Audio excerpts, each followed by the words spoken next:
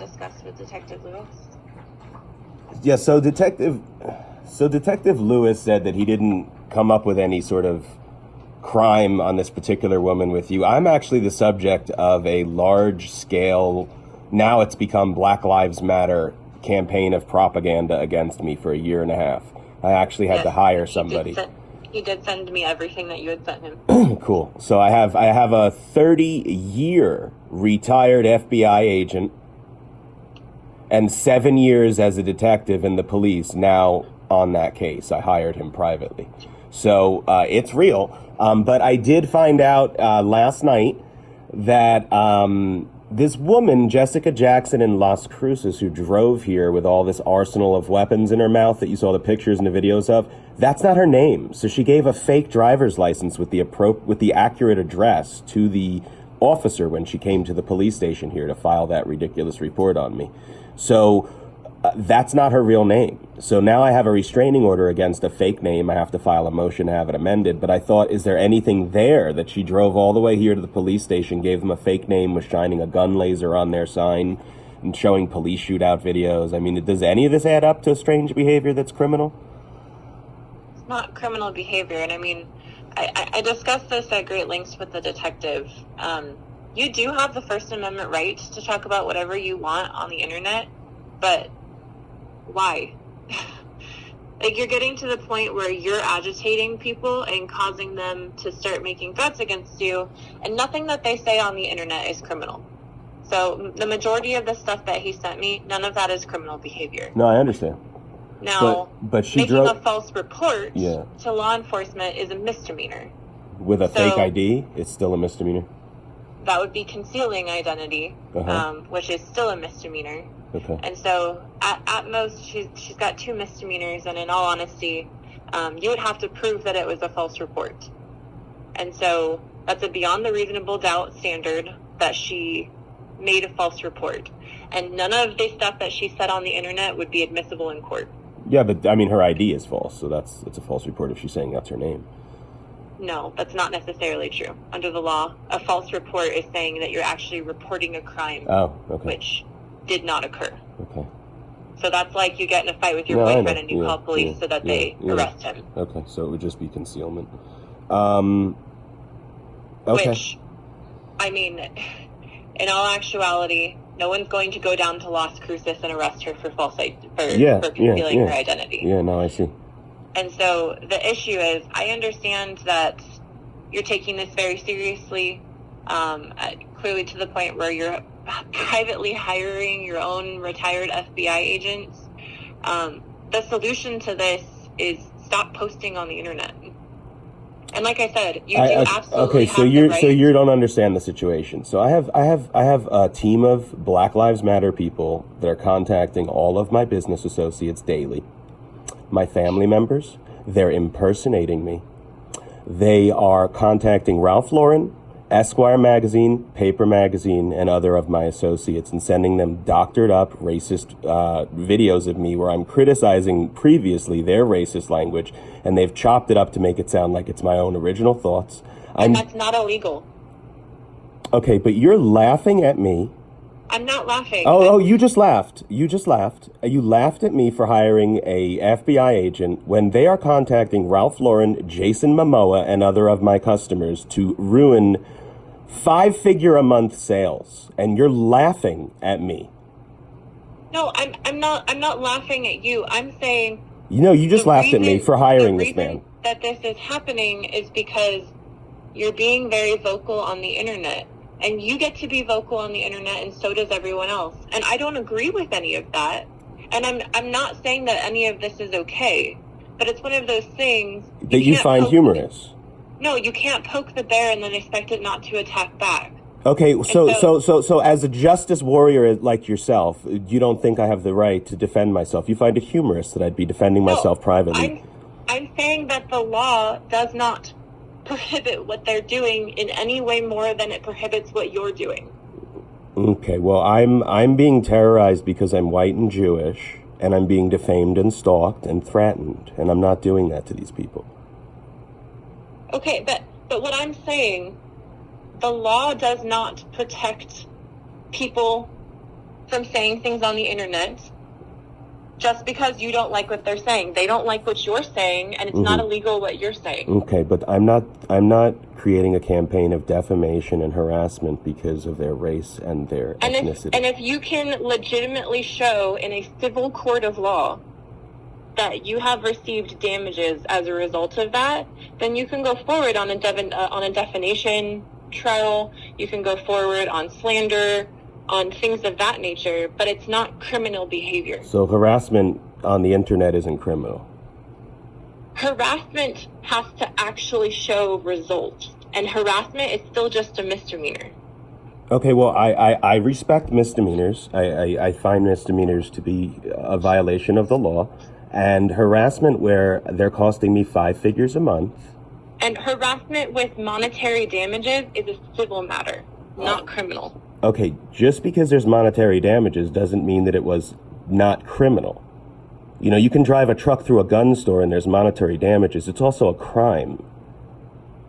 And what is happening here? It's not a crime simply to crash a vehicle into a building unless it was intentional, and that's only criminal damage to property. Okay, it is still a crime to cause criminal damage if you're intentionally trying to destroy someone's business. I've built this business for 10 years. I have connections with celebrities and the top designers in fashion. I have a very good reputation. And congratulations, that's excellent for you. I'm not saying in any way that deserves to be destroyed. I'm telling you, as a major crimes attorney who deals with murders and rapes and things like that, this is not a criminal action at this point. It's a civil action right now. That's why I hired an FBI agent, so that he could present to you something you wouldn't laugh at. Then, okay, so you are not presenting me something which we can move forward on at this point. I understand. I'm not trying to be disrespectful, but I don't understand. I spoke to the detective, I reviewed everything you had sent him, and I instructed him that we did not have any legal standing to move forward. I believe you, and I'm trying to find you one, which is why I paid this guy, so that he could find you something on somebody else named Kevin Hite, who's the mastermind of creating a propaganda campaign for 1.5 years to destroy myself and my business. And I hired someone. It's still not a criminal action. It is a civil action. Well, his job is to find the criminal aspects of it. Well, and you know what, though? I mean, if you think that you have such a solid case for them affecting your business, why not file civil charges and see if they stop? I haven't ruled that out at all. I'm absolutely doing that. I have attorneys working on that. That's not something I'm not working on. I've been working on that extensively. He's working lockstep with those people. I'd like him to work lockstep with you. Explain to me why you're calling a district attorney right now. Well, I wanted to understand from you what your perspective on this woman driving here with an arsenal of weapons and making a video with police shootout and laser on the police sign and a fake ID was, and you just don't think it's criminal, or you think it's negligible, basically. I wanted to get your feeling on that. It is not illegal to drive around with a bunch of guns or any types of weapons. In your mouth. Unless... no, not in your mouth. You can do whatever you want. You can point a gun at your own face all damn day if you want. It's not a crime. I know. So, unless there is some sort of legal reason why you cannot possess those guns, i.e., you are a prior convicted felon, you have a certain kind of domestic violence conviction, you're on probation or some other court order, there's absolutely nothing preventing you from carrying around 5 million guns with you and pointing all 5 million of them at your face at the same time. I'm sure. Absolutely nothing. But now that we have the correct name, are you a little intrigued why she would give a false name? Maybe it's preventing her from getting weapons under her real name. No, people give false names all day, every day, whether they're committing criminal activity or not. Okay. It's the 21st century. When people do things on the internet, most people use a fake name. Okay. Especially people who are talking about very politically charged topics, such as yourself. They don't typically use their real name. Mm-hmm. And like I said, I'm not condoning what they're doing whatsoever. But you're also not advocating my right as a citizen to defend myself and my brand, which I've built with a stellar reputation. You just find that funny that I would want to do that, or that I'd have the audacity to hire somebody to try to find a criminality in all of this. You would just shrug it off and, go on and get your paycheck from my pocket like normal, instead of trying to earn money like I am, a customer at a time. Ralph Lauren and Jason Momoa, one at a time. These are relationships that I've personally built. I don't get a paycheck from the taxpayers.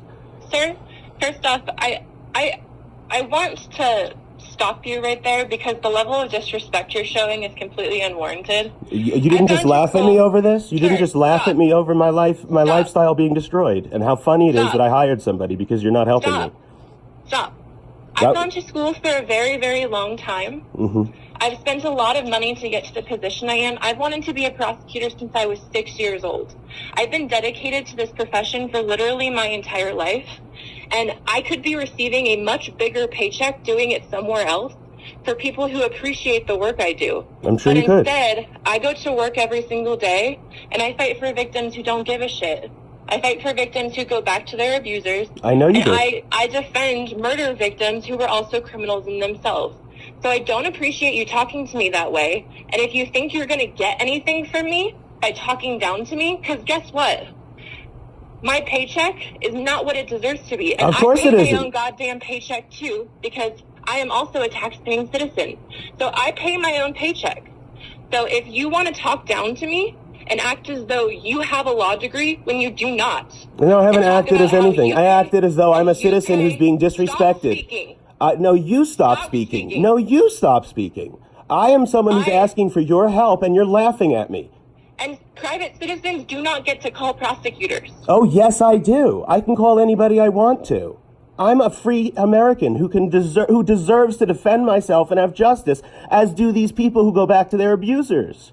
And I've been trying to help you here and tell you that what you have is a civil action. I believe you. I'm pursuing it. You responded by saying, "You piece of shit, I pay your paycheck." I never. No, I didn't say that at all. You do not get to speak to me like this, and this is why people respond the way they do, because this is how you speak to people. You don't have a right to be disrespectful to other people. No, this was a one-way disrespect. You were disrespectful to me. I've been very respectful to you.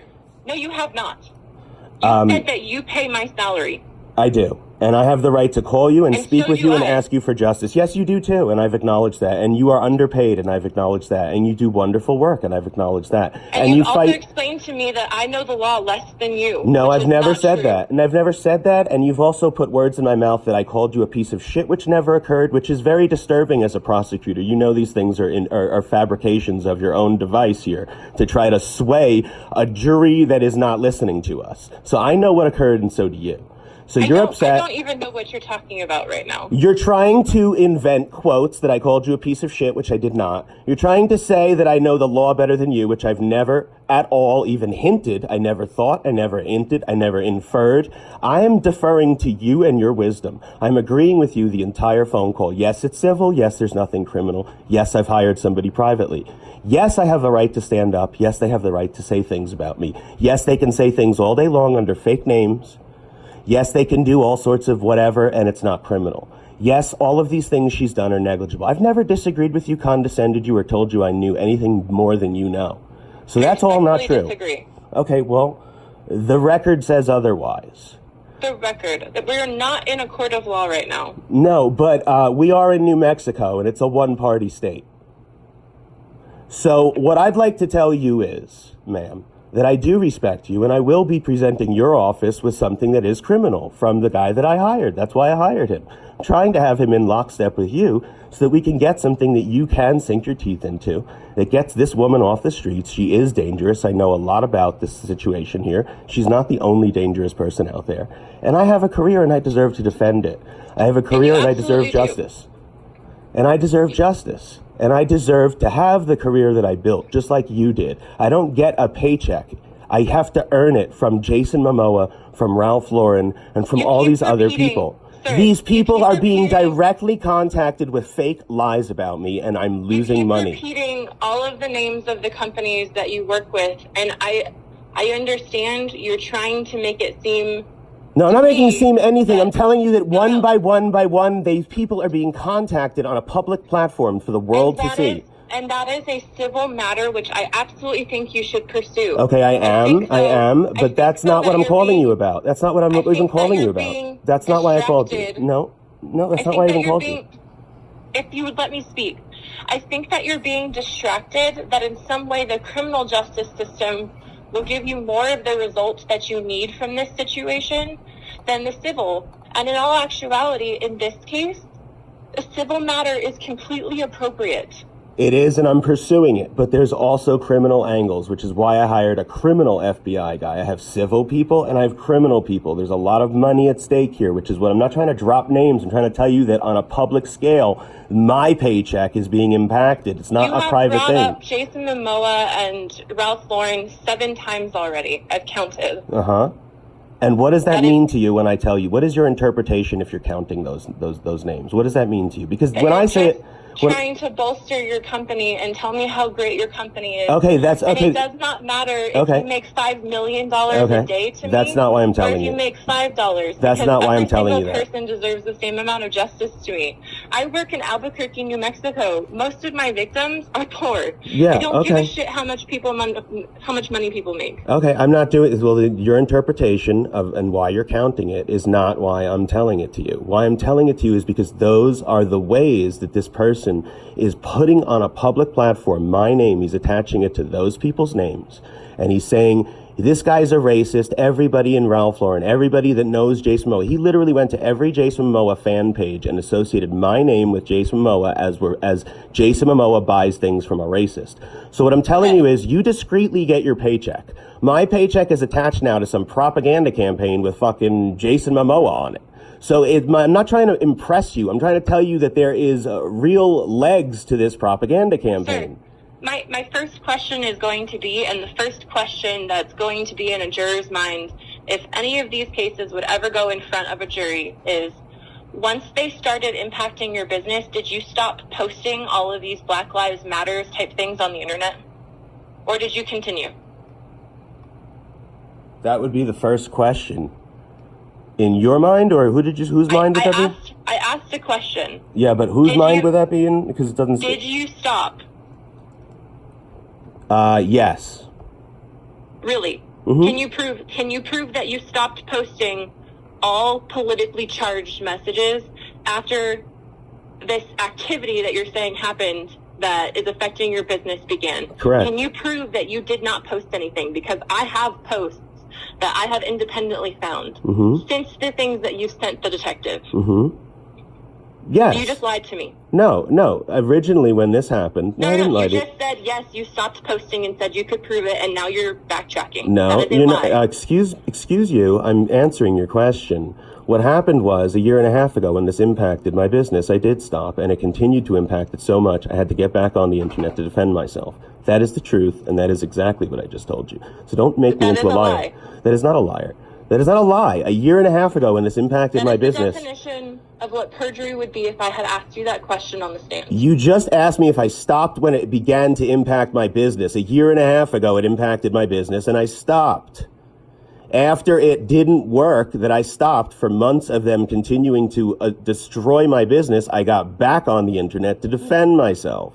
That is the truth. You did not stop. There are still posts from after your business started to be affected where you got back onto the internet. Momentarily stopping does not answer my question. I asked, are there posts from after this started affecting your business? And you said no. Then you backtracked and said, yes, I stopped, but then when that didn't work, I started posting What would again. be this line of questioning? What is the reasoning behind this line of questioning? Why would it matter if I have a freedom of speech to express myself about what they're doing to me? If you are a primary aggressor in situations... I'm not a primary aggressor. I'm not a primary aggressor. I'm defending myself. Do you know what the legal term primary aggressor means? No, because I don't know more than the law than you do. Exactly. So that's what I'm telling you. If you are a person, like if someone is stalking you and you keep poking the bear, you don't get to claim that they're stalking you. Okay. Because if you keep reaching out and making contact, then you are encouraging the harassment. Okay. And so you actually lose a legal basis for harassment and other things of that nature because you have continued it. Now, if you had gotten off the internet completely, completely removed yourself off social media, and I'm not saying you had an obligation to do this, but I'm saying you have a much stronger argument if you had just stopped talking to these people, got off the internet, kept your political beliefs to yourself, because guess what? I have a lot of political beliefs and I don't post a single goddamn one of them on the internet. I'm sure. Because it's not always appropriate, especially when you don't necessarily agree with what's going on in politics. Sometimes it's better just to keep your mouth shut.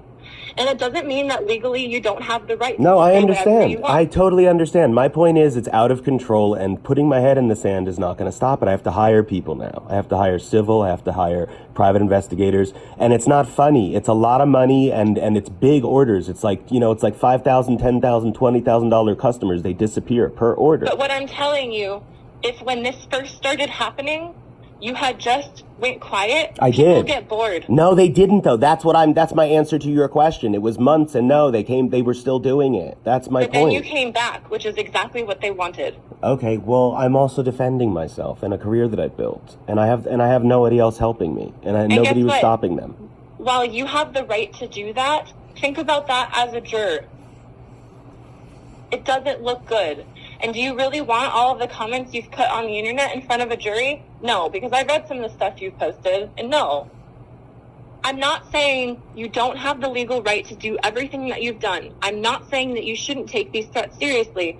What I'm saying is, get off the internet, focus on yourself, file civil actions, and if things continue to escalate, then look into it. But you're searching for something that's not there right now. I believe you. You're trying to encourage them to do more so that you do have criminal acts against them.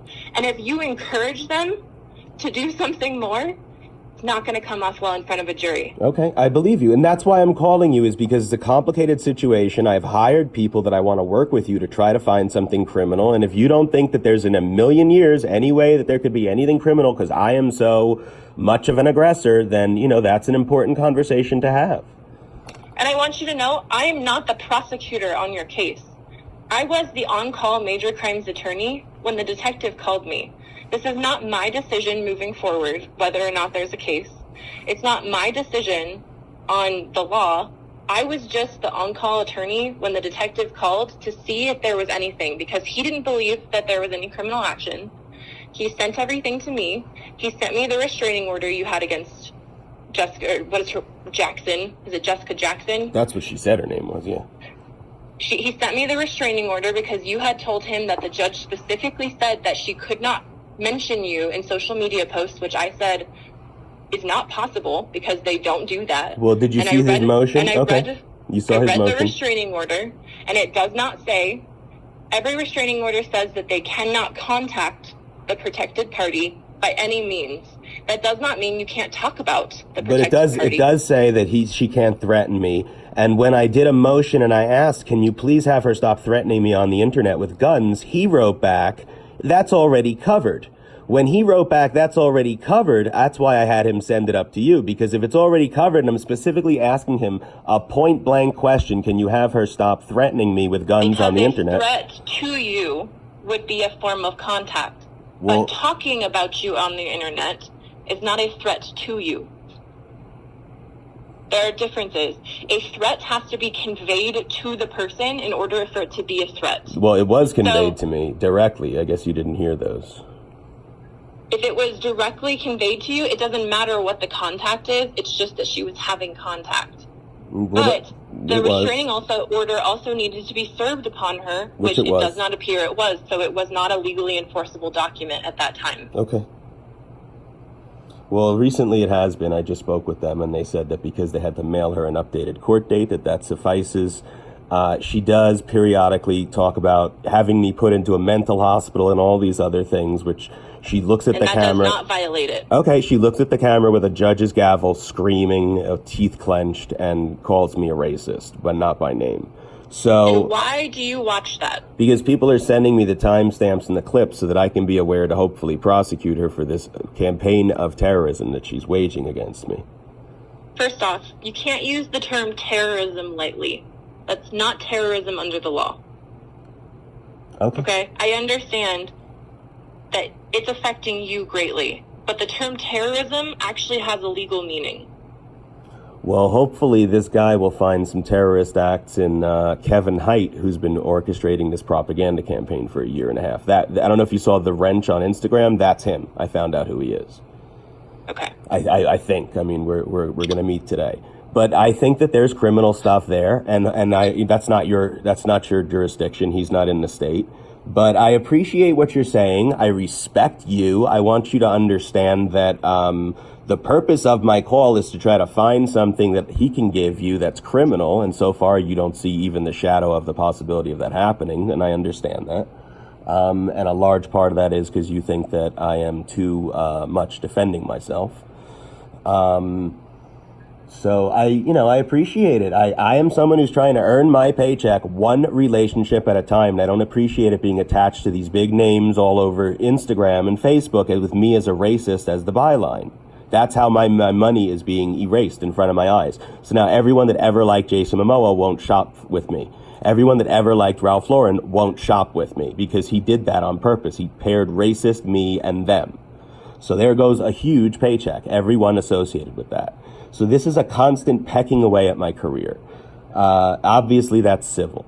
But I do believe that there is some sort of a racial element here. And I'm surprised that you haven't mentioned or seen that there is a white Jewish person here that's being victimized with anti-Semitic and anti-white stuff.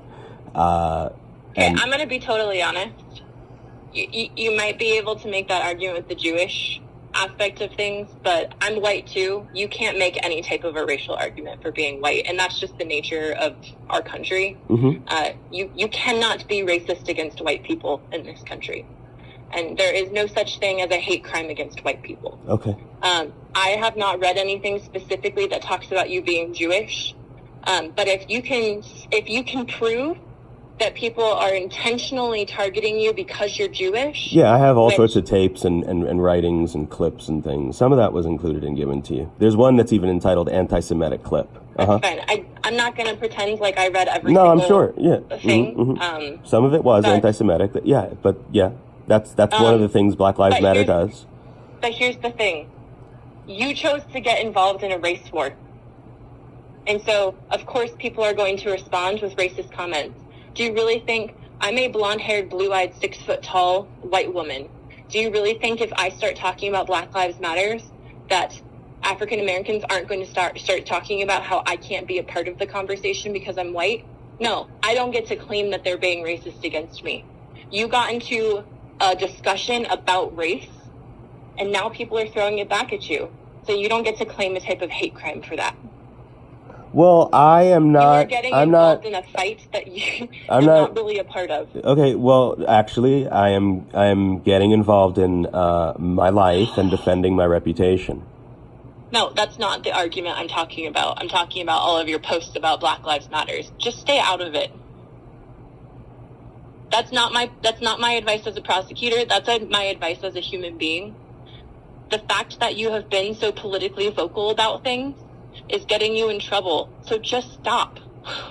And like I said, this is me telling you as a private individual, just get off social media for personal reasons.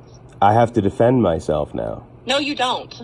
Oh, I don't. Well, is that someone who is earning their money every day, getting up at 5 a.m. and trying to find customers, or is that someone who gets a paycheck no matter what they do? I have to make my money every day. I have to make my money every day. I can't let them destroy my brand. I have to make my money every day. My money is my brand on the internet. We have now been discussing this for 30 minutes. My brand is the internet, and it's not a check. My brand is the internet. I have to stay on the internet. But this is a civil matter. Okay. If your private investigator comes up with something, provide it to the detective that you've been working with. No, I won't. Actually, I reported him to Internal Affairs for his commentary that was despicable to me. Okay. Then call the police and file a report with the information that your detective receives once you believe that you have enough information. If that officer believes that there is enough evidence to pursue a case, He will submit it to our office as a non-arrest case, and then one of our attorneys will review the case and determine whether or not there are charges to move forward with. Okay. But right now, your conversations need to be with law enforcement, not with the district attorney's office. We do not review cases until there is a police report. I know that. Because I am not a personal attorney who gives legal advice. I totally know that, and I appreciate every word you've said. I respect every word you said, and I will do most of the things that you've advised. But I don't think you realize that I am on the internet. It's the only way I get paid. My reputation is what's Googled. I mean, that is how people find me. I just, in the last 2 days, did 2 customers. It was $2,000. I don't know them. They Googled me. Okay?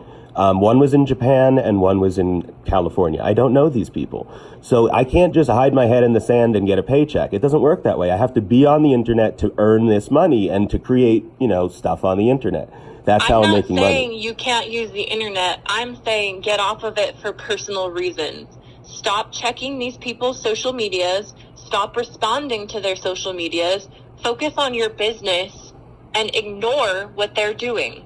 I think that your focus is, I have to fix what they're doing to my business, but your focus should just be on moving forward. Because right now, every single time that you respond to what they're saying, every single time you engage with what they're saying, every single time you watch what they're posting about you, they're winning. And if that's what you want, if you want them to be successful in this little childish campaign that they're running, then keep doing it. But if you want to move past it, they will get bored. And I know you say they won't, but they will, because people don't keep engaging with someone who's not engaging back. It's not fun for them. And so I'm not saying completely devoid yourself of the internet, because I realize that's not possible, especially with the pandemic and things of that nature. I'm saying get off for personal reasons. Don't watch what they're sending. Have your private investigator watch all of these things so he's aware of it.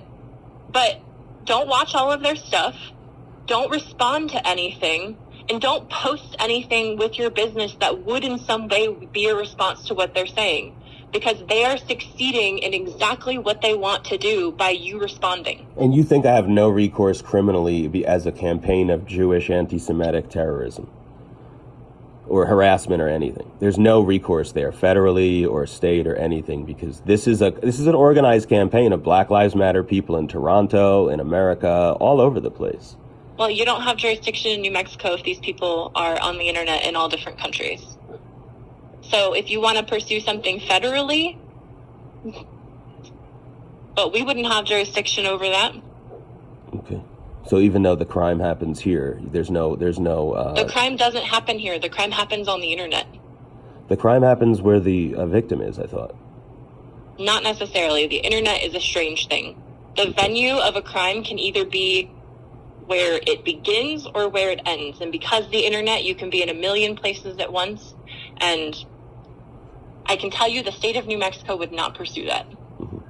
Okay. And I can also tell you, because of the political kind of just terrain right now, there's no way our office is taking a case like this. Mm-hmm. So your office basically wouldn't take anything Black Lives Matter related? No, I'm saying this particular case. Unless there is actual legitimate threats against your life, no. Okay. Because these are misdemeanor charges. Yeah. And you want something that is has more meat to it, because the climate is now with people dying and being shot over statues and stuff like that. I'm not saying we want something with more meat over it. I'm not trying to make a political statement. I'm saying... No, I'm not saying that. I'm just saying for your time is obviously more valuable, and there are people dying in the streets over statues. So this is a misdemeanor, and it's not going to be enough to get your attention. Is that basically what you're saying? No, I'm not saying it's not enough to get our attention. I'm saying that a concealing identity charge from someone who lives out of county is not something even law enforcement is going to pursue. Do you realize how much money it would take to go and arrest her? Yeah, I'm sure. No, I'm not. Believe me, I understand. But what I'm looking at is the bigger picture. I actually didn't hire this man for her. I hired this man for this campaign of anti-Semitism. which he saw right away. I mean, I sent him like 8 different examples in the last month. So there's something to it, and it is organized. So he was very interested because this is actually something he's done for the FBI.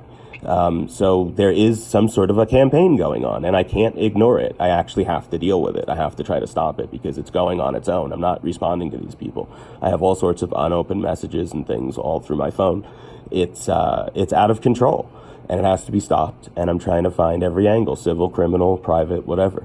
So that was what I'm trying to talk to you about is, and I appreciate your time, not just this one woman and her hiding of her ID, but like, is there an angle here? Because I'm being deluged by several black supremacists, which is a real term. A lot of people don't realize there are black supremacists. Yes, there are. Okay. And lucky for you, maybe you haven't encountered them or been their victim, but they are very scary. I don't engage in political conversations, so it doesn't come up a whole lot.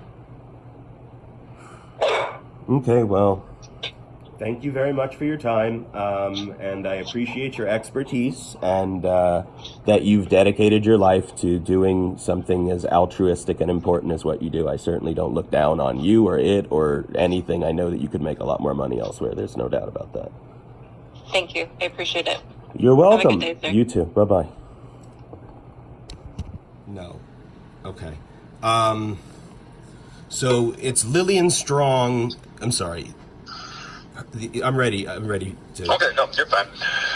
So the case, under the New Mexico court system, currently Lillian Strong is charged with a violation of restraining order prohibiting domestic violence. Her date of birth associated with this name is June 15, 1981. The DA's office also recognizes that she goes by an alias of Janessa Jackson. Jessica. No, Jessica. Just Jessica. Just Jessica? Yeah, it's not Janessa. It's Jessica Jackson. Okay. Jessica Jackson. And she goes by the same date of birth under that. And the same address. She gave it to the police. She gave it to the courts. It's crazy. Okay. She is currently represented by a defense attorney named Maria Padilla. And you mentioned March 30th as a date. That was the original date for her bond arraignment. Because she has a private defense attorney, what her defense attorney did was she submitted a waiver of appearance to the court indicating that the defense attorney spoke with her client, informing her of the charge and possible penalties.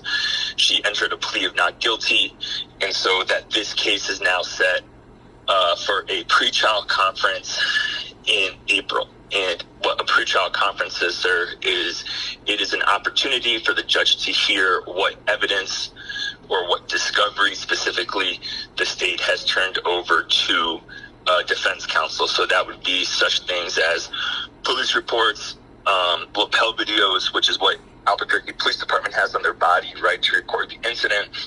The copy of the restraining order, which is in effect. You are the petitioner, she is the respondent. It's effective until December 3rd, 2022, along with the state has also requested the 911 audio that you placed, right, to prompt the APD response. Typically it takes about a month to a month and a half for that to be turned over to our office, right, because we're separate entities from the police department. So that's what the purpose of the pretrial conference is. She does have a pending case under the name Lillian Strong, also in Bernalillo County, in front of Judge Torrez. That case is for one count of making a false report. And that case was submitted by a deputy with the Bernalillo County Sheriff's Department. So that is the information I have. I have a pretty lengthy police report that was actually written pretty well by Joseph Gumbel. He's awesome. He's awesome. Yeah, He's awesome. He wrote it. One of the better, if not one of the best, domestic violence police reports I've read over. It demonstrates he took it seriously. He did the time to do cross references regarding her name, her date of birth, her address. he made his own determination. He spoke with supervisors, so like he did a really good job creating the foundation for this case. Have you ever been a witness in a case in the county of Bernalillo for any other criminal matter? I've never had any criminal anything. I've never had a speeding ticket even. No, nothing whatsoever. Okay. Not a witness, So, not a defendant, not a anything. I have no experience in the courts whatsoever. So let me kind of walk you through then how cases progress in this county. Because you may have relatives who've been witnesses or victims. No. Let Let me give you a background on who I am. I like that you have a very Irish name. I'm assuming it's Irish, right? Yeah, it's very Irish. Yep. Okay, yeah. So I'm from New York. I'm a New York Jew, and I'm from New Jersey, and my mom's a New Jersey Jew, so we have that in common already. Okay, cool. So I want to tell you, before you get into what you're saying with the rudimentary protocol, there is so much we need to talk about, and your time is very valuable and limited. And I have to tell you some stuff really quickly. So I have torts against the judges in this case, 4 of them, including the chief judge, who sits on the Civil Rights Council for the state. When I asked him to please look into civil rights violations regarding this case, he sent back a threat on stationery. You follow me so far? So you sent a request to the chief judge. I sent a 12-page formal civil rights complaint to a man who happens to sit on the state's civil rights board, who is the board that recommended the loss of qualified immunity for people like himself, which is rather ironic. So when I submitted a 12-page civil rights complaint to him formally telling him what is happening in this case, and it's horrendous, he wrote back a threat on stationery. Now, not only did I put 4 torts on these judges and a 5th on the clerk, but it is so well nailed down with evidence that I was able to get the State of New Mexico Workforce's Civil Rights Division to look into it, which they are, and they thought I was a civil rights attorney. Now, when I have my guy there, Mr. Romero, I can't remember his first name, Romero talked to me, listened to me tell my story about what these judges did to me and why I have torts on them for an hour and a half. And when I finished, his first question was, what is your legal background? And I said, I don't have one. And he said, I've been doing multi-line adjustment and civil rights complaints and insurance claims for the state of New Mexico for over 25 years, and you're as good as any civil rights attorney I've ever spoken to. I would have thought you had a degree. So I just want to give you that introduction to why this case is sealed. Sorry, are you referring to the torts as it being sealed? No, my case with Lillian Strong, the domestic violence order, was sealed, and I want you to hear the reason why. Okay. You're not gonna pardon my French, you're not gonna fucking believe what the judge wrote down when she sealed it. First of all, there's about 9 steps to officially seal a case. For overriding interest, you have to make certain, procedural. She did none of them. That's number 1. So it should not be sealed because she did none of the things to seal it properly. She didn't say who could look at the case. She didn't say when the case would be unsealed. She didn't establish an overriding interest. She did about none of the 9 things. And in her own words, she said she was sealing the case. I cannot believe she wrote this down. She said she's sealing the case, quote, because misconduct has been alleged and, quote, for the safety of the court. That is why she sealed the case. That is nuts. So first of all, if you were to hear the recordings that I have, which I would love to give you, you will hear that this woman has committed perjury, forgery, and all sorts of other felonies in these courts with fake names. They have allowed her to do un-e-signed documents with an alias. They have known the whole time that the Las Cruces police determined who she was. Gumbel determined who she was. The Las Cruces courts ruled who she was, and they will not adjust the name on the restraining order to be Lillian Strong. They have ordered a temporary restraining order against me. They have put hearings for me being in contempt of this temporary restraining order. The whole time I am trying to get them to do things like, how about you get her guns? She has 42 machine guns with long scope laser rifles that she's showing the sealed documents on her show, laughing about that it's sealed, laughing that you've ordered her 3 times to turn the guns over, and then she has a whole monologue about how she's running away to Mexico to avoid prosecution. What, could you please do something about this, Judge? And they keep penalizing me. The judge has ordered me to come in person for every hearing because, quote, both identities have been in question from the beginning. Both parties' identities have been in question from the beginning of this case. So the court sees fit to have the plaintiff only show up in person at this set time while the assailant can keep all of her dozens of guns they've ordered for 3 different months in a row to turn over. She can keep her guns with her expressed laser long sight capabilities. She can sit in her car on Zoom and shoot my ass at a designated time that I'm supposed to show up in person because my identity was in question. If you start looking into this and you hear the things the judges did, for example, I have one judge who mocked me on the bench and said, "Oh, I heard what you said, Mr. Pollack. You said, oh, I'm afraid, I'm scared, oh, is this serious? I heard you, Mr. Pollack."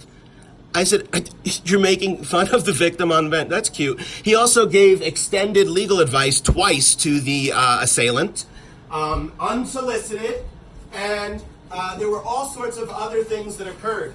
Judge Deborah Ramirez did a ruling that said all 10 motions had been heard one day and not one motion had been heard. When I wrote back, this is a fraudulent document, there was absolutely no motions heard, she fucking recused herself. And they've sealed this whole case up so you can't hear the antics that are going on in court. It's nuts. I had this woman screaming she wanted to have sex with me in real life literally 6 hours before the hearing, the last hearing, and I did a motion and the guy doesn't want to hear it. I'm playing it in the background. And she's going, "I want to have sex with Jason in real life. I dream about it. He's my wet dream." And he's like, and she's going, "What's that noise?" And he's like, "Oh, I don't know." And I'm like, "I think it might be that motion you were supposed to hear about her violating the restraining order, trying to have sex with me." And no, we're not hearing any motions. I'm gonna have to recuse myself. And then I get a letter back from the supervising judge saying 10 motions were heard. That's Deborah Ramirez. So I have a tort on her. I mean, you have to unseal this case to see, and I will give you, I don't give a fuck if it's sealed. I'm going to send you the recordings of the hearings anyway. And then, so the charge that you're seeing about the false report is messy. So now I'm going to get into details of that. So that is actually a perjury charge. The guy didn't feel comfortable prosecuting. He was hoping you would. Because I have a recording in Las Cruces where she tried to put a restraining order against me as Lillian Strong had her retarded aunt show up. The retarded aunt didn't know any of the content of the complaint and didn't know how to say the word Las Cruces.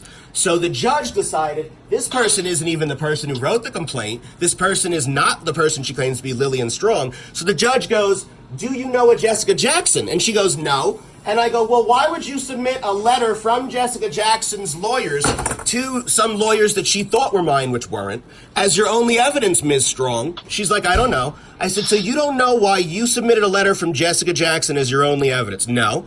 Okay, so do you know a Jessica Jackson? The judge says. She says, "No." "Are you related to any Jessica Jackson?" "No, I don't know any Jessica." "Okay, Ms. Strong. Thank you very much, Lillian Strong." So then the judge rules that this person is an imposter. It's the same name, and they have that I have. She did separately because I tried to get a restraining order there under Lillian Strong, and the judge refused it and said, "You already have one on her alias in Albuquerque. It's the same person."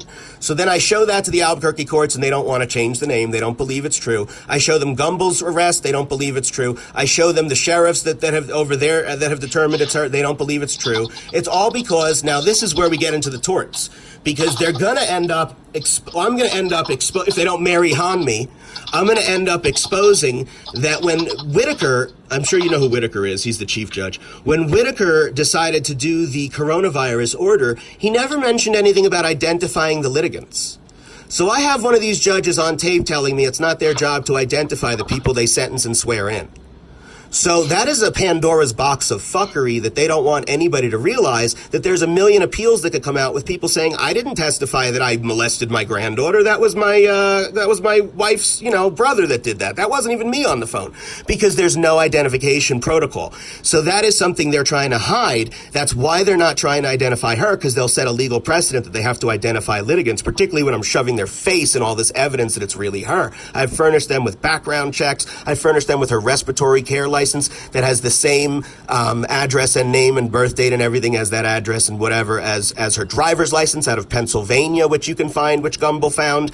And there's all this evidence, and the court here just sealed the case, because once they identify this litigant, they're going to have to admit that anybody else could come back with an appeal and say it really wasn't them. So they're really trying to fight me hard. Now, I have about 5 other charges that I can tell you case numbers on from other police that they swore they had charged her for, and I was just waiting for it to happen, and you don't know anything about it. It's not in front of you. And I'm sitting here waiting, and it's not happened, and I'm getting really worried and upset over it. There's all these other charges I was promised, and you don't know. I'm looking for them now, but I'm trying to talk to you too. And then there was also a Detective Lewis that submitted a case a bunch of months ago. I think you might be able to find it. I have an assistant DA that called me back. I can't remember her name offhand. You'll probably know who she is. She's 6 foot tall and blonde, she told me. Now, she told me that because she was 6 foot blonde, she would never get involved with any black people that didn't like white people and were terrorizing them on social media, and that what I need to do is get off of social media and just walk away. And this is not anything that this office, your office, wants to prosecute, because it's politically a hot potato. Now, I was told this by one of your assistant DAs when I tried to get this woman charged before. I have this woman entering 3 different people's names in the court system with the same handwriting. 3 different signatures, 3 different people's names, and the same handwriting. I consider that perjury. I have this woman, which is what you're looking at a charge for with that false report. I have this woman in Las Cruces saying she's Lillian Strong, she doesn't know a Jessica Jackson. And then I have Jessica Jackson in Albuquerque on tape, which is what he was talking about if you look at that case. He heard her on tape saying, my relative is Lillian Strong is a victim, and I'm Jessica Jackson. And then I have Lillian under oath elsewhere saying, I don't know any Jessica Jackson, I have no relatives named Jessica Jackson. So which lie is the truth? Somebody's fucking lying here. And why is no judge caring? So all this stuff, I could go on and on and on, but I'm very concerned that I spent a lot of time getting charges, and I have an 8-inch thick binder here. I'm trying to find my handwritten notes on which charges came from which cops, because I have them somewhere, and they're not in the charges for Lillian folder for some reason. And I wanted you to follow through on all of those, because those are separate charges that cops felt strongly enough in every case, and I have them all recorded on the phone telling me this, to prosecute her on. And there were, I believe, 4 others in addition to what you have. I'm so mad. I'm going to shut up now. I hear you, and I appreciate you kind of walking me through. It sounds like at least the last year, if not longer, that this has been going on, and so I appreciate you helping me understand the broader context of things, because you're correct. I don't have any information out of Las Cruces, and so I wanted, you are correct in that statement, and you were also correct that I don't see anything on the civil side regarding issues in Las Cruces. And so I got case numbers. You want to look them up? I got case numbers in front of me. I really am upset I can't find these handwritten notes about what charges, and I'm gonna find them. But if you want the Las Cruces rulings, so let me. I have like a little checklist that I need to get through in terms of what information I need to convey to you at this time. Totally, sorry. Yeah, the being a witness. And then being a witness. Is this a cell phone number that I'm calling you on? Yeah, and I'm 24/7 at your disposal. Yeah. So what I will do is I will text you my email address, and so that way, instead of having to orally convey information, which play a game of telephone, things can get lost in translation. I believe, you seem really meticulous in your notes. I am. And very detailed, and so I think giving you the opportunity to write me an email would be allow you to kind of provide me with the fullest picture and with all the case numbers, so I don't, accidentally write a 3 instead of a 4 and things like that. Let me tell you, I have recordings of every cop conversation telling me why they're going to prosecute and how I'm laying it out for them so you don't have to wait for the 911 call. I have every cop. I have the case. I am so pissed this case number is not easy to grab. I have the case numbers ready to go for you when I can find them of every cop I spoke to telling me what they're going to do to her, and I just can't believe it's not right in front of me. I've been waiting for you to talk to you for months, and when I look in the folders, they're not there. I can't understand why. Okay, and so, and I obviously, before today, I've never spoken with you, but I can hear that you're frustrated, and my goal is to, I don't mean to, when I explain things to you, right, like, clearly you're not a lawyer per se, but obviously you're sophisticated and educated enough to navigate the judicial system in New Mexico so far, right? So, like, you can keep it quick. You can keep it quick. You can pretend like I'm a lawyer, pretty much. I don't know. Don't use too much legalese, but you can be quick. You can be New Jersey with me. I'm quick.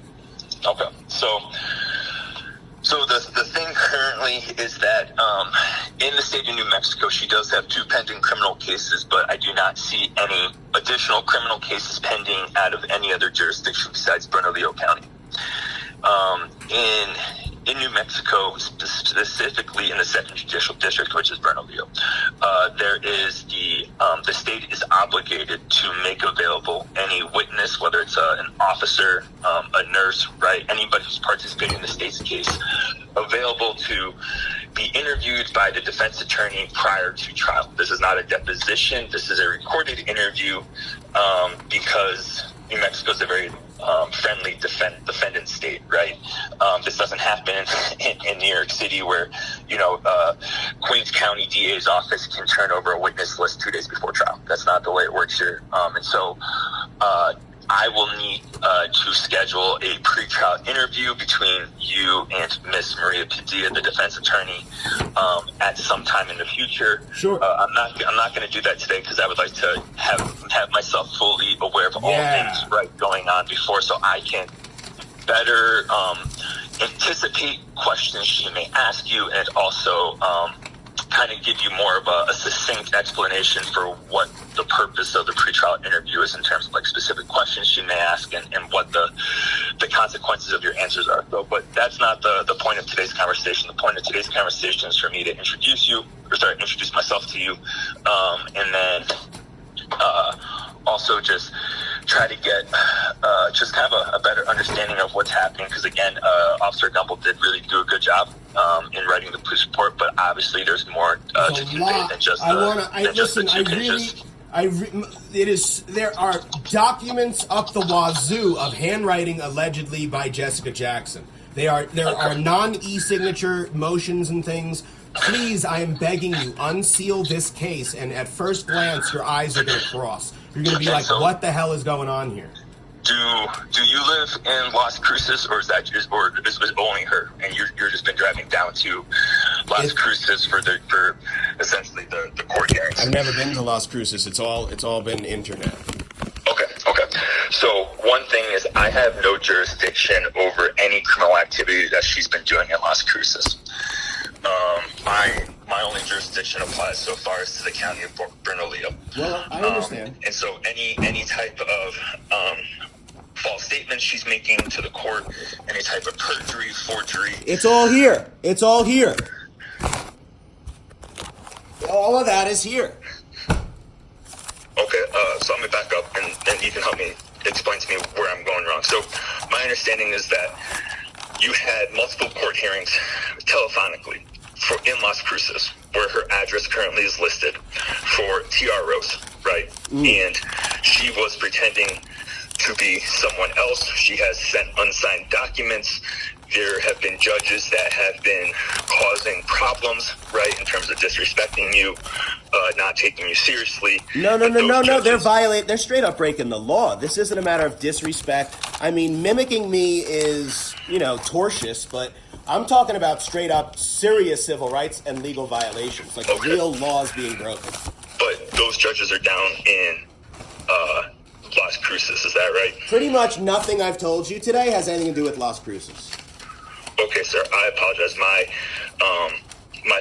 understanding was that some of these hearings have taken place in Las Cruces. All right, let me make it super crystal clear. So I out of nowhere get served with some shit out of Las Cruces from Lillian Strong, and I'm like, oh, she used her real name. It says I'm her assailant and all this crazy stuff. It is the craziest thing you've ever read in your entire life. The judge said the same thing.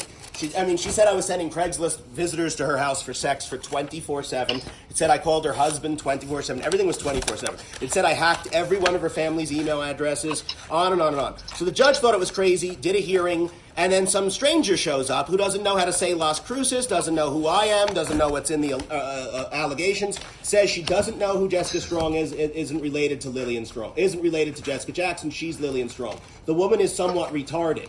So the lady, whoever that is, can't even explain why she can't pronounce Las Cruces, can't explain any details, and also doesn't know why Jessica Jackson's document is submitted as evidence. The judge rules, this is crazy, you don't have a restraining order against Jason. Then I go, let me get one against her. One hearing shows up and it says, no, you don't have any restraining order you can get on Lillian Strong in Las Cruces because you have one on her alias elsewhere. The end, I'm done with Las Cruces. That's the only part of this story in Las Cruces. So yeah, did she do some fake shit there? Yeah, but for the bulk of everything, it's all here. Okay.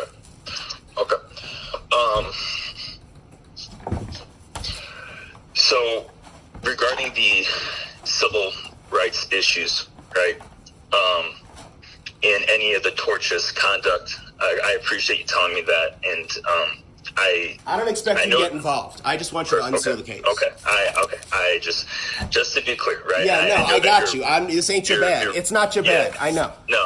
Unseal the case. And I recognize that you're much more educated than a majority of the victims of domestic violence that I deal with, and I mean that not disrespectful to them, but I'm different. I got it. No, unseal the case is all I want you to do. By the way, I think I got what I've been looking for this whole fucking time. Hold on. Yeah, is this it? Hold on. Oh, Jesus Christ! Thank you so much. Okay, here we go. And I'm not gonna. Most people I'd say got a pen, but I think you do. So it's AP 210012-336. Slow down. 2100-12-336. The date is 2/15/21. Okay. And let me see. The officer name is Chris Vaughn. His badge number is 5296. Okay. Now, it was out of the Northeast substation, and it's APD. Now, you got to write it's APD because some of these are not APD. You know it's AP, you know the number. And it's at least a misdemeanor, possibly felony, is what he told me. I, of course, have the recording of it. And that's one charge I was promised. Another one. Sorry to interrupt. Do you know what the charge is for? Violation of restraining order. Okay. I don't have it written down here, but I'm pretty sure. Because the goal was, Gumble told me, he said, build up a pattern of these, get her on as many as you can in a row. And I had like 5 in a week, and you only know of 1. So imagine how I feel. It was like nonstop day and night calling. So now I have 2/16/21 is another date. The report CAD number is 210471129. That's 210471129. Oh no, sorry, that's for my landlord breaking into my house. Oh shit. Let me put that on there. Hold on, no, I got No, and I'll just let you know that I do see that was done by Nicholas Schmidt, APD man number 5954. Oh, for the breaking and entering. Oh, hold on one second. I don't even have that on this because I obviously have my stuff all messed up. What is it again? So that case number that you gave me, that APD case number, the 12714. Schmidt. That's a breaking and entering case. That was, Officer Nick. What was his name? His man number is 5954. Cool. Yeah, I have a lot of problems with people. This is like this fucking city. I never had these issues anywhere. I've lived all over the world. How'd you end up living here? Roseanne Barr suggested it. How long you been in Albuquerque? Like 10 years. I got the rest. I'm so glad I do. Deputy Valente Marquez, BCSO, you got that. Officer Gumbel, you got that. Deputy, you don't have this one. So now this is all of them then, I think. This is 5. 1, 2, 3, 4. And then the other one is 5. I think this is all of them. So the other, unless there's one more, but I think it's it. So the other one is Deputy Lorenzo F. Herrera. He's BCSO 21321, violating a restraining order misdemeanor. And the number is SO 210 2000 and then 1829. No, there has not been a criminal complaint filed in Metro Court by Deputy Herrera. That's messed up. So, are you able to pull up the thing and see what? Because I have the conversation where he's swearing that it happened. So what I can do is I can request from so unlike in other cities where the DA's office has instant access to all reports completed by law enforcement agencies within the jurisdiction, right? Where like I could see basically in real time when they enter in a new police report, or like a supplemental report. That's not how it is in Bernalillo County because of the long history of divide between the prosecutor's office and law enforcement. And so I have to request from the specific agency a copy of the police report, which I will do. It was done. It says here on 2/13/21, we spoke at about 3:30 a.m. to 4 a.m. and I have it recorded. So every one of these cops' conversations where they swear they're charging her ass and they're gonna make it officer prosecuted at least, and then you'll pick up the pieces afterwards or they're forwarded over to you. Every one of these people that swore that to me were good cops doing great jobs, like Gumbel. He was probably the best though. In fact, one of them was his friend. One of them, when I dropped his name, the guy was like, "That's one of the best cops we have. If he took you seriously, I will too." And what I'm concerned about is that they promised me this and it just disappeared. So I've given you, I think, a lot of information, but if it's not enough and you want to hear the phone calls, I can get them for you in 2 seconds. No, that's okay. And you might be able to tell us, like, I'm a paper type of guy. Okay. Maybe I'm just old school in that way. So what I'll do is, I'm gonna go request all these reports. I'm gonna text you my email address so you can, if you want to, I guess convey. Here's what I want to do first and foremost, if you have the time. I want you to hear every recorded hearing, which is there's only 3 of them, I think. There's one in Las Cruces, which you need to hear with the woman who's an actress who showed up and she's getting grilled. You need to hear that. And you need to hear the judge's reaction and the questions, and then you need to contrast it with what went on here, where she's swearing that she's not that person and they're related and all this crazy shit. I want you to hear what I've been living through in the court systems, how the judges have behaved, so that you can unseal this case. You have to unseal it. You have to unseal it. It's all I'm not asking you to do anything other than get in there and look at everything. But I know they're going to play games with you. That's why I want to give you the recordings now so you can hear them. But when you see what I've been living through just through the court, just in the court, just to hear the spoken parts from the judge and from her, and I sound like the only sane person. It's crazy. And then I have all these motions that she's put in with fake name that you can charge her for. I literally have, I think, like 20 or 30 documents where she said she's Jessica Jackson with a typed name. She's not signed, or she's hand-signed it, or whatever it is. But it's not properly e-signed, and if she hand-signed it, it's a forged name. The whole thing is forgery. The whole thing is perjury. And then every testimony she's ever given where she's identifying herself and swearing herself in as an alias, each one of those things should be charged. And I keep putting motions in, take her guns. You said that she should give her guns. Why aren't you arresting her? You watching her do perjury or watching her do forgery, change the name on the thing. Charge her for perjury, charge her for forgery, charge her for contempt. And if you look at what they write back to me, they have have refused every single one or put them forward for the future where I have to come in person at a certain date and time and she could sit in her car with her guns on Zoom. Because, quote, both identities have always been in question of both parties. They're fucking lying. And they said that they sealed the court case because, quote, misconduct has been alleged and for the, quote, safety of the court. What? That's not an overriding interest. That's exactly why a case should be unsealed. So if you want to provide me with those recordings, are you able to send them via email? Totally. Like in a zip? They're on YouTube right now. Okay, so I think because there's just so much information, and I want to be as correct in my understanding of the sequence of events and all the different aspects of the defendant's conduct, right? Because clearly it goes beyond just the factual basis of Officer Gumbo's police report, right? So the reason I got a 2-year restraining order was I have an hour and 21-minute video that's still on YouTube that was used as evidence. It was the only video I submitted. This woman is on a green screen inside my home. She bought a green screen, looked up the real estate photos of my home, and is in my living room pointing on the inside lock on my door. She's pointing in my backyard, at my backyard, on my porch, screaming all these threats at me. This is after I had a restraining order, and I have tape of all this. She's rolling around giving fellatio to guns, talking sexual to me. She's pointing laser rifles. She has 2 machine guns per duffel bag. I have all this I can send you, and the judges and the cops are all like, she's cutting her knife with a Bowie knife. She's cutting her neck with a Bowie knife, threatening me. It's nuts. Is this the video that's titled Albuquerque NM Racist Stalks Black People?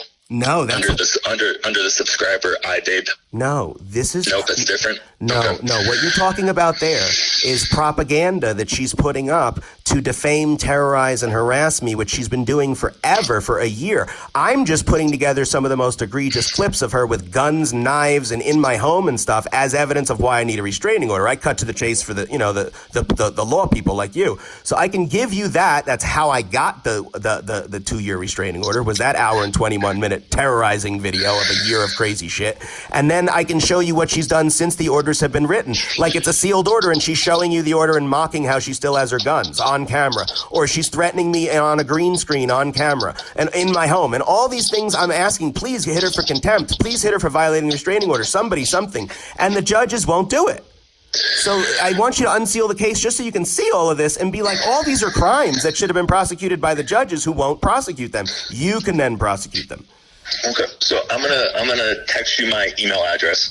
I'm gonna ask you to give me the case that you keep referring to as sealed. I'm gonna ask that you provide me either the case number or on or about the date that there was a hearing or who the judge was. 2020-1153.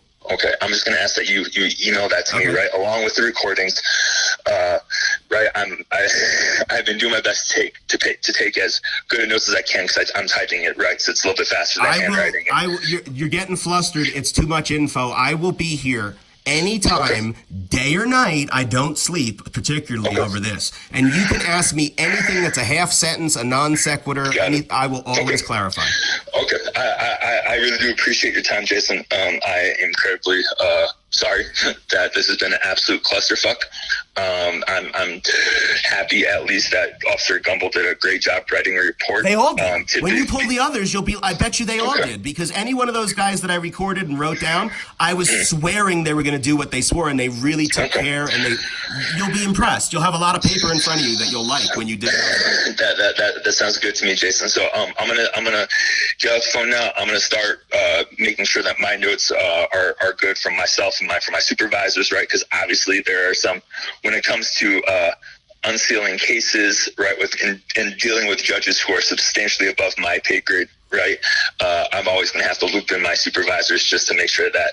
Okay, well, tell your supervisor that in the email coming from Jason is a motion where Jason detailed why the case was improperly sealed. So you all can review all the details right there and be like, look, she didn't hit. Yeah, I know what you're looking for. I did it already.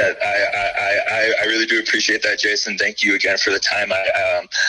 I recognize, and I obviously when I can't say, I think saying I understand is pretty much bullshit. You will. Clearly, You will. No, I'm just saying, like, in terms of how you are currently been affected by this, but like I hear you, and so I appreciate you walking me through this. And so I'll send you I'm gonna text you my email ASAP, and then I can also when I receive your email, I will text you letting you know that I've received it. That way, that way there, there was no like miscommunication in me providing you the email or anything like that. What I'm going to do is because I know people like you, and I'm not like you at all, but I know people like you. So people like you want to be able to search the email and find the thing again later, which I do also, but I want to be extra clear for you. So every email I send you, if you want to just write back received, one word, that's fine. Every single one is going to be titled with what is in it, and it's going to be a bunch of them so that you can sort through them as different documents in your inbox. I will save your emails as PDF and put it into my case file for you, right? That way, that way, for example, if I have a question for my boss, right? He then, instead of me having to play phone tag with him about talking to him about the case or forwarding the email, it's already there in the case file. Okay, so everything will be a separate conversation on each separate facet. Yes. Each one's saved as a separate PDF. But I will also have.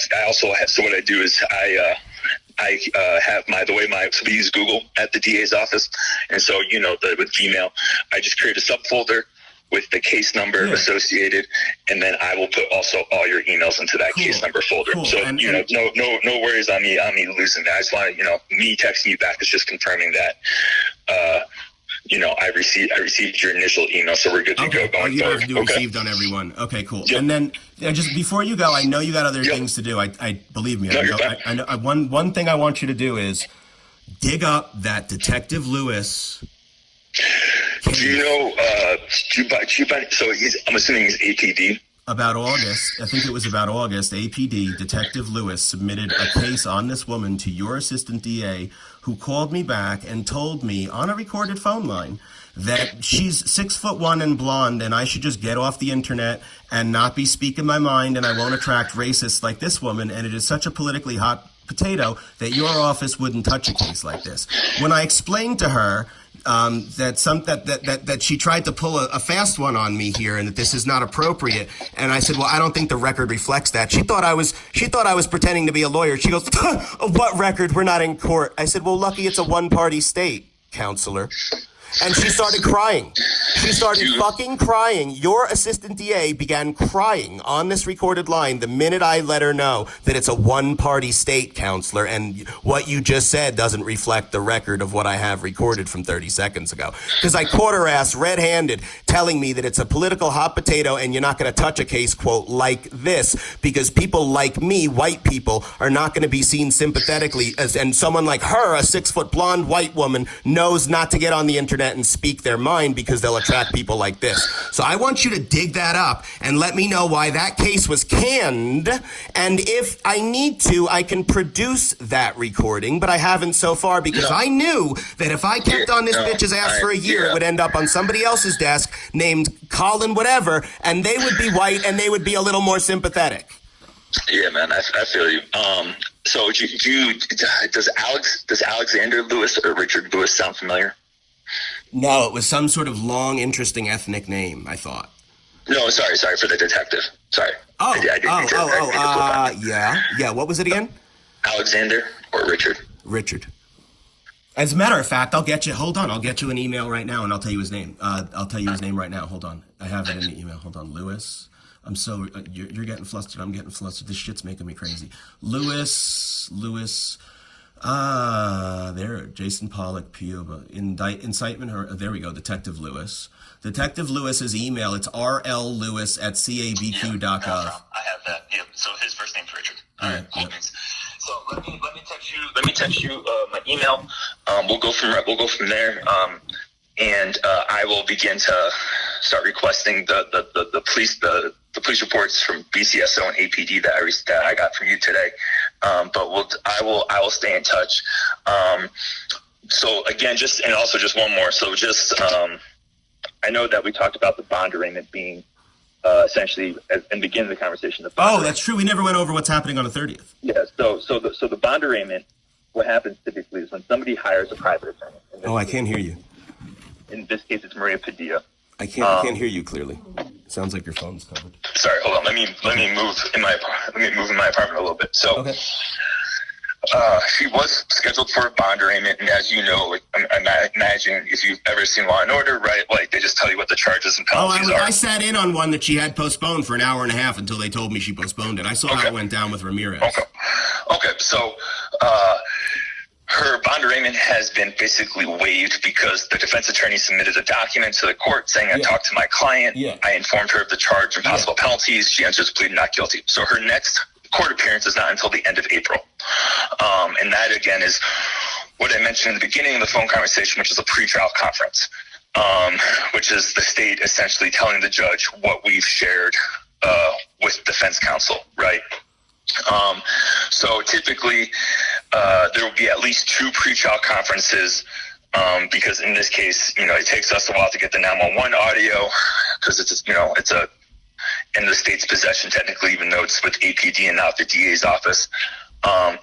And we will have to have a pretrial interview between you and Miss Padilla, who's the defense counsel, right? And I mentioned that at the beginning of the phone conversation, but I'm not going to schedule that until I have more of the information, right? Which is why we're going to start corresponding via email so that I can make sure that I have a full understanding. To be honest with you, I know how I have a small idea of how busy you are in a city like Albuquerque, and I don't think the 30th is the end of this. I don't know what the exact date is. I don't think the end of April is going to work in terms of you even getting everything you want and hearing. No, sir. So I'm sorry. I apologize. Let me back up a second. So in a misdemeanor case, the state of New Mexico has 182 days to prosecute an individual. All right. You got to do it. Basically, the inception of this case is late February, early March. Right. So the rule date is what we refer to it as is end of August, beginning of September, right? So in the court proceedings, typically there's at least 2 pretrial conferences, if not 3, where the state and defense tells the judge discovery is still in the process of being shared, or all of discovery has been shared. And then it goes to a status conference. A status conference is at the time where the state then, after speaking with the victim, conveys a plea offer for resolution. Because obviously 96.5% of cases in Bernalillo County are resolved via plea and not jury trials, because if there were jury trials for every domestic violence incident, that would be 4,500 and some odd numbers of jury trials in here, right? So, no, we have time. Cool. But again, my goal is to, before I have you be interviewed by the defense attorney. Correct. So I don't anticipate an interview being conducted until the end of April, if not May. Okay. Okay, cool. So Jason, I really do appreciate your time. Don't worry about taking my time up. If in the future, if you call, the only reason I don't pick up the phone is I'm in court. I'm on the phone with a cop or a victim or my boss. You know what I mean? Yeah. And so I will, if you send me a text being like, hey, I didn't leave you a voicemail, just give me a call back when you can. Even if it's at 8 p.m. at night, I'm like kind of like a anxious person to a degree, and I hate having shit on my to-do list that I don't cross off. You know what I mean? Yeah. So I will at least try to reach back out to you before I go to bed. Okay. That way, at least, I don't, have things pile up on me. So that's how I act, right? And so I really do appreciate the time. I find it kind of hilarious that we're both from New Jersey, New York City. My sister still lives in New York City. Well, these people don't find it very funny that I found out in 2 seconds that they've been trying people, swearing them in and sentencing them without identifying them. I hear you. Like, that's something somebody from New York or New Jersey would find out right away when they had an alias terrorizing them for a year. But somehow these people here don't appreciate that New York savvy. I don't know why. Albuquerque's I haven't been here that long. I've only been here 8 months. It's a fucking different place. Oh, it's horrible. I'll take you out for a beer if I'm allowed to. I'll tell you everything. I've been here for 10 years. But let me just start off by telling you that I have everything more or less everything uploaded. The hearings are, as I tell everyone, and I know it's true because I've sent them to a lot of people in law enforcement. My court hearings, you want to take a beer or smoke a joint and go in your bathtub and listen to it like it's entertainment, because they sealed these 3 hearings for a reason, and it is straight up off the wall crazy, and you need to hear it as almost like recreation, like at the end of a bad day you might want to hear this, because you'll be like, I can't even believe this is real. So that's what's going on, and they sealed it. And the first thing I send you is going to be, I'm gonna dig it up right now, is going to be where you hand your boss all the reasons why she improperly sealed it. It's a motion. All right, Jason, like I said, I appreciate it. Let me send you my email, okay, and then we'll just go from there. Thank you, sir. God bless you. Thank you. Bye-bye. Yeah, I will. Bye.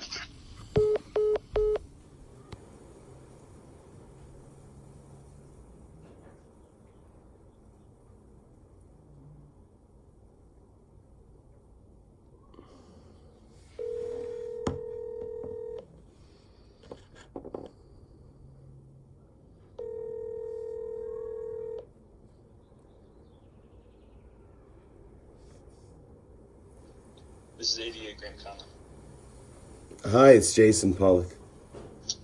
Mr. Pollock, how can I help you? I'd like some clarification on the law being ignored, because the law states that this is what I was supposed to do for a stalker. A stalker is defined under the law as someone who is similar to being a domestic violence partner, and that's what you're supposed to do. It says it right on the Second Judicial District's court website. It also says it in the code for the law that you're quoting.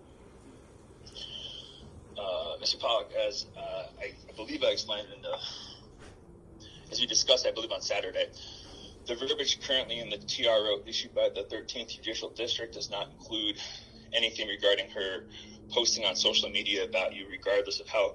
Social media is not exempt. Social media is not exempt from, it doesn't say she can't terrorize, defame, and threaten your life, not on social media. She can do it except, as long as it's on social media. That's not a caveat in the law. A violation of TRO, as it's worded currently for yours, requires her to have direct contact with you, either first person, direct messaging on social media, and or from an intermediary. No, it said either party, didn't it? No, not. And the TRO that we talked about, the one that the language you sent me in the email, which is not included in the TRO that the state has in its possession from the 13th Judicial District, does not make any reference to her posting about social media about you. So you don't have the temporary one in your possession because you haven't unsealed the case, right? I have a temporary one, but it's from the 13th Judicial District. Okay, but so the one that they used is from the Second Judicial District. So there is the wording you're talking about from the Second Judicial District, and I've sent it to you.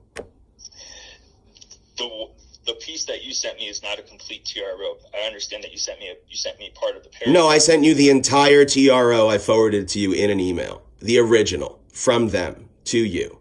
You have the original. It's the full document. Would you like to speak to DDA Boone about this, Mr. Pollock? Yeah, I think there's a confusion. I think you don't realize you have the document that covers this, that he referenced in the report. He was referencing a temporary order they issued to her on me. He was referencing she violated her own order. He had the full order in front of him, and I asked for them to give me the same wording on my order, and they refused, as I told you in the email. All of this is very well documented. So if Boone wants to play this game, it's not, the paper trail is right there. It's not going to be something he's going to avoid. It's also the statutes cover it anyway. By the way, even if that wording wasn't there, the statutes cover it anyway.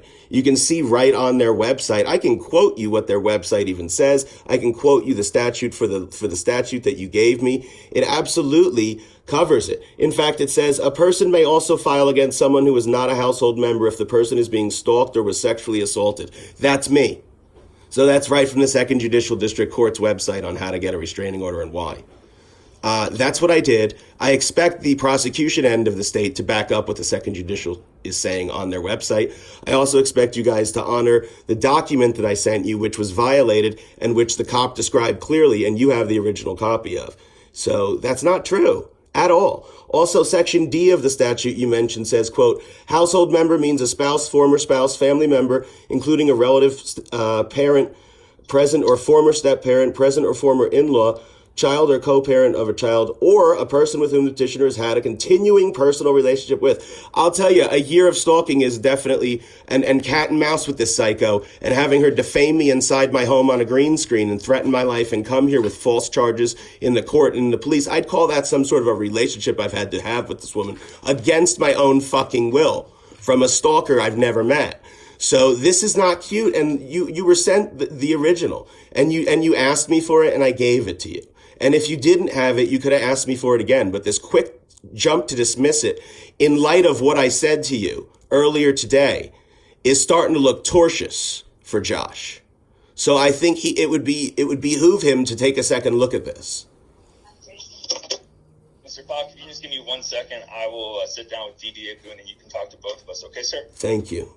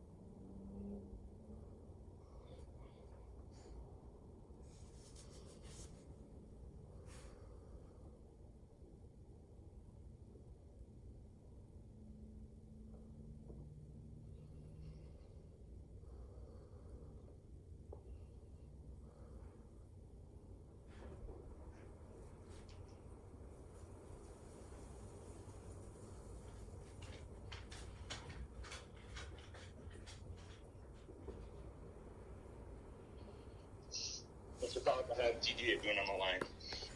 Yes, sir. Thank you for speaking with me on short notice. Okay, so Mr. Pollack, my understanding is that you were calling because Mr. Carlin informed you that we were dismissing the current pending case, correct? But there's other cases, there's other charges in this. First of all, this one charge is one of about 5 that the police expected you guys to charge her with and took reports on recommending charges for. And ever since I've been speaking with him, I've never heard anything about that. Jason, before you go, let me explain something to you. With the New Mexico, Bernalillo County specifically, is a police filing jurisdiction case, okay? What that means in layman terms is on misdemeanor level charges, specifically for violation of a restraining order charge, the officers will go out, investigate. They will ultimately make the decision on what charges to file. And then once it's filed in the court, it comes to us. We don't actually make the determination on that during the investigation portion. If we have information later, we can add to it. But we don't have any information otherwise to add to it at this time. So I interrupted you. Go ahead, sir. So there are numerous charges. There are numerous charges that are clearly described by the police, and they are numerous violations of the law. In fact, this woman has been ordered to turn over her guns for months and hasn't done it. And these are unregistered machine guns and handguns. What do you call it? It's an arsenal. It's over 40 weapons unregistered. And this woman has been ordered to turn them over officially numerous times, laughs and refuses to do it. She's threatened me throughout the entire case, and I don't understand why this woman is allowed to do this by now a year of DAs scuttling this case when things get a little tricky for them. I sent a lot of information. It overwhelmed Mr. Conlon, I'm sure, because a lot. But there was definitely the document that he referenced he didn't have, which is the restraining order the police referenced, which is the one telling anyone that looks at it that neither one of us can post about the other one on social media. Now, social media is not a caveat. A stalker in domestic violence or anything else is not allowed to threaten your life on social media, and you don't throw up your arms and say, well, it wasn't the phone, because these people go to jail every day for this in this state. So I know that social media is included and not an exception to the law. I also know that domestic violence is covering stalkers because it says so right on the Second Judicial District's court website, and I just quoted it for Mr. Conlon here, and he went and got you because the quote clearly says that stalking with strangers is covered by this, despite your reason for dismissing this. Also, the statute that he mentioned also mentions that you don't have to be living in the same house. There has to be some sort of a relationship, and there is clearly a stalking relationship against my will with this woman for a year. Mr. Conlon, the relationship that you're talking about, in order for this to be considered a DV, and I'll tell you right now, the reason my rationale for dismissing the matter is because I believe the court in Las Cruces was incorrect in their ruling. Las Cruces? There's nothing to do with Las Cruces, though. Where the restraining order was issued out. It was not issued in Las Cruces. What are you talking about? It was issued in everything is Albuquerque. So, and this is maybe where the disconnect is happening. I think so, because what he just said to me, I was like, what are you talking about? Now what you're saying, I'm like, what the hell? So the restraining order that we have, oh my God, is based out of Las Cruces. No. Look, you can tell me no all you want, but I'm telling you, I'm looking at it. The one that was originally issued was based out of Las Cruces. No, it was dismissed instantly. So it was dismissed in court. Let me tell you something, sir. No, I agree with you. Let me tell you something, sir. I think you both are very good people. So you just changed my mind. I think this is. I appreciate that you think I'm a good person. Yeah, I think this is a mistake. So let me clear it up real quick. No, I don't need you to clear it up for me. Okay. What I'm telling you is, based on the information that I have now. No, you've been given other information. You just haven't looked at it. That's what I'm clearing up for you. So now you are in possession of the appropriate restraining orders in Albuquerque, 2 of them. They were both referenced in the report you've been given to charge. That's first of all. You have the information in front of you. You were furnished the information in front of you. Okay, hold on, Mr. Pollock. Here's the other thing that I need you to understand. I can tell you where it is in the emails. I need you to understand something, though, okay? Based on my review of it, okay, these restraining orders do not fall under domestic violence, okay? They do not qualify under the Family Violence Protection Act. Therefore, my opinion, okay, is that these are civil restraining orders. What are these? You just told me it originated in Albuquerque, in Las Cruces, which it did not, and you said the only restraining order you have is out of Las Cruces. Now you're saying these. What do you mean these? Any restraining order between you and Miss Jackson or whatever other alias that she wants to go by, okay, is not covered under domestic violence, even though the court may caption it as a DV. It does not fall under domestic violence for purposes of the Family Violence Protection Act. Yes, it does. It says that we're not residing in the same house is allowed and that we have some sort of a relationship together is allowed. You need to have a legal household member definition relationship, which you do not have. I just read the legal household definition membership, and we do have it. The legal household definition. Hey, Mr. Pollock, reasonable minds can disagree. That's true, but you're moving the goalposts, sir. Because a minute ago it was based on an out of jurisdiction restraining order, and now suddenly there's these ubiquitous ones. I'm looking at it right here. It's a DV. So I don't have one. If there is one that was issued out of Albuquerque, which you were provided, your office has been provided, and you're claiming that you don't have it. Beyond that point, Mr. Pollock, okay. You're claiming you don't have it. If there was a restraining order that was issued out of the Second Judicial District Court, okay, it does not qualify as a domestic violence restraining order. I would kick the case based on that, because in my opinion, this is a civil restraining order matter, and it needs to be filed or any violation handled within the civil arena, not the criminal arena. So a person may also file against someone who is not a household member if the person is being stalked or is sexually harassed. That doesn't sound... Yeah, absolutely. You are completely entitled to file for a civil restraining order. This is domestic violence, actually. This is what it says. It says, for more information on domestic violence order protection, click here. Look, Mr. Pollock, I understand that you're probably... So did you know that domestic violence is a civil order? Did you know that? A domestic violence order of protection is a civil order that may be issued when a person files against a household member. And there are facts... I totally agree with that. Okay, the problem is, when we get to the criminal arena, the violation of a restraining order for me has to be based off a domestic violence order. Which is what this is. This is. And I disagree with that. And so that's where we're going to disagree. So you're saying that you said you didn't have any domestic violence orders with the wording that I needed. That's what Mr. Conlon told me. That's not what we said, Mr. Pollock. That's actually what he said to me before he gave you the phone. Well, I don't know what that conversation had. Well, I'm going to bring you up to speed so that we're all on the same page, because the goalpost is moving here faster than I could write up a tort. Look, if you just want to call and yell at me... No, I want to discuss the facts with you, and you're moving the goalpost. I want to discuss the facts. That's not what's happening, Mr. Pollock. First, he told me that there was not good wording on the Albuquerque one. You didn't have the copy of the proper full thing. He said he only had a small excerpt of it. I said, that's not true. You have the full one that's referred to in the report. Then he said, oh, I didn't realize that. Yes, you've been provided with that. He said, okay, hold on. Let me get D.A. Boone. So, Mr. Pollock, let's assume that I have that. What would you like me to do? I'd like you to enforce the law and uphold it, which is your duty on the job, and protect me, a citizen who's done all my due diligence and is a victim. Okay, and if I disagree with your assessment on that, what would you like me to do? I would like you to explain to me how, in violation of the law and the facts you've been presented, that you've come up with these various excuses which don't really reflect reality. I'd like you to give me one that does. So I've given you my rational reasoning. You don't like it. No, it's in violation of the law and the statutes. It's in conflict. It's in conflict.